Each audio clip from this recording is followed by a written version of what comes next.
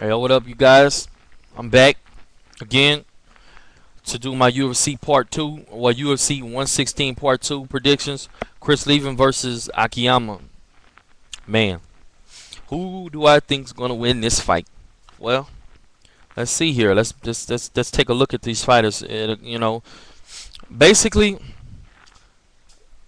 Chris Levin got caught to fill in for Wanderlei Silva, which Wanderlei Silva pulled out on behalf of.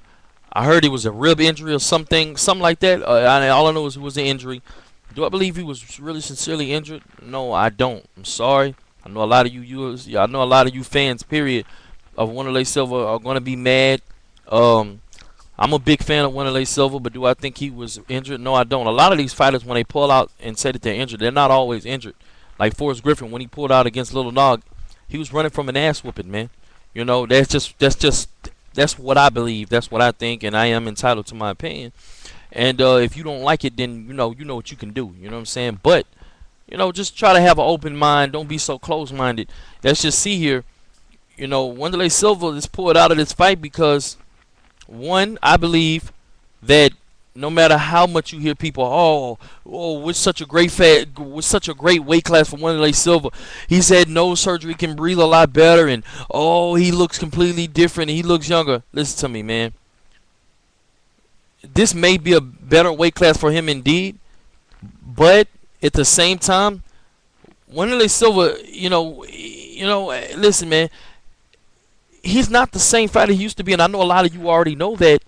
But the fight with him, Wanderlei Silva versus Michael Bisping, the Wanderlei of all, the one that used to be in Pride, I sincerely believe he would have killed Michael Bisping in the first round. Michael Bisping is not a good fighter to me. You know what I'm saying?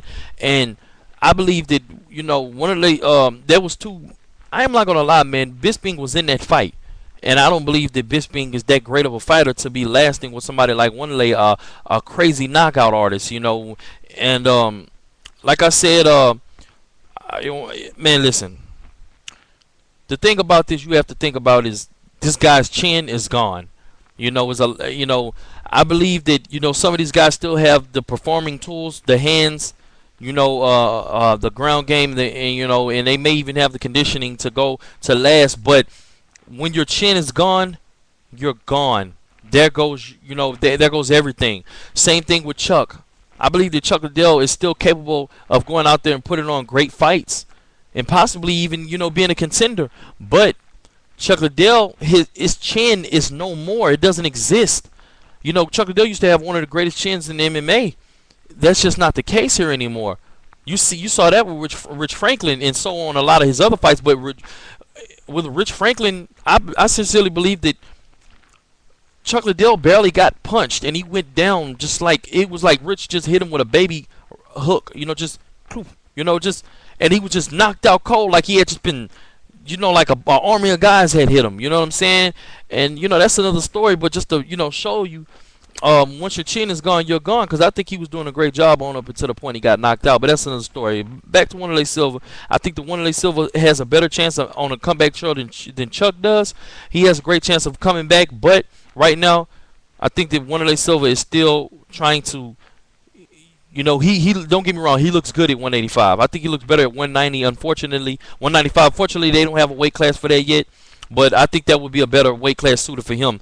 He is a small 205er, and that's true. But I think he's a small 185 as well because he's so short. You know what I'm saying? And there's a lot of guys in that weight class that are tall, and a lot of those guys probably should be fighting at 205. You know what I'm saying? And they fight at 185, but I think he's gonna lose to a lot of wrestlers if you ask me. That's just the case here. But I think he pulled out of the fight with Akiyama because Akiyama is he's a good fighter. I'm not a big fan of his, but it's not that I dislike him. It's just that I'm not going, when's the next Akiyama fight? Nah, that's not the case here. But I do think that he's a good technical fighter and he's good on the ground.